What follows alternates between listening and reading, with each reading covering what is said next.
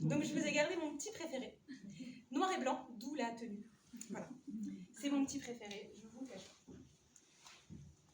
Pourquoi faut-il que tout soit noir ou blanc, ou à droite ou à gauche? Si l'on mélangeait un peu nos jugements, est-ce que le monde serait différent?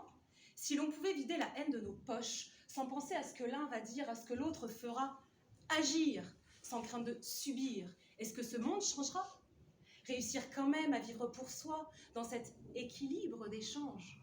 Trouver ce fameux juste milieu, et arrêter de faire juste ce qui nous arrange.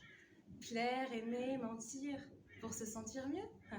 Et oublier qu'on n'est pas seul sur cette putain de planète. C'est tellement plus facile d'être odieux, de simplement tourner la tête.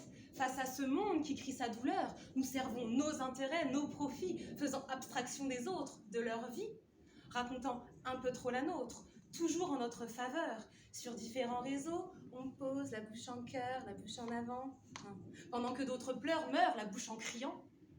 Pourquoi faut-il que tout soit noir ou blanc, ou homo, ou hétéro, si l'on se laissait le droit d'aimer qui l'on veut, en mettant de côté cet ego qui nous pousse à choisir la beauté ou l'argent, oubliant bêtement d'être heureux?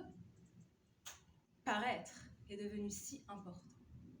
Pourquoi faut-il que tout soit noir ou blanc, ou homme ou femme? On se scinde depuis la nuit des temps, omettant que ce n'est que l'enveloppe de notre âme.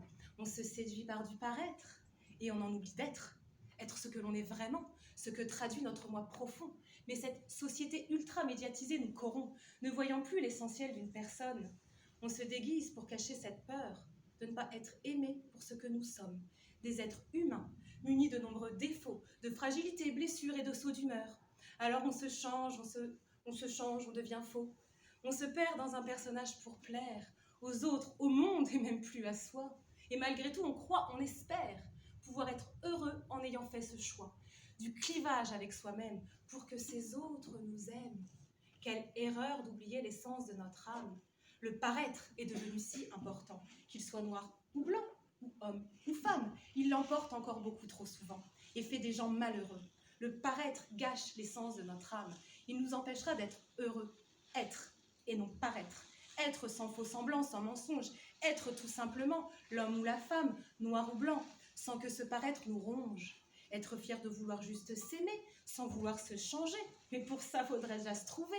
Trouver cet équilibre, cette stabilité. Parce que moi, j'avance sur un fil et il n'y a pas de filet de sécurité. Autour de moi, le monde défile, funambule de tous les jours, cherchant en vain ce juste milieu, noir, blanc, fort, faible, m'efforçant à toujours faire de mon mieux. Ma tête m'épuise, mais m'emmène à vouloir décrypter ces extrêmes, à être dans le contrôle de l'incontrôle, ne rien s'interdire pour tout vivre à 100 à l'heure, tout s'autoriser dans une certaine maîtrise de soi, pour que ces extrêmes, quels qu'ils soient, restent bénéfiques et salvateurs. Pourquoi faut-il que tout soit noir ou blanc?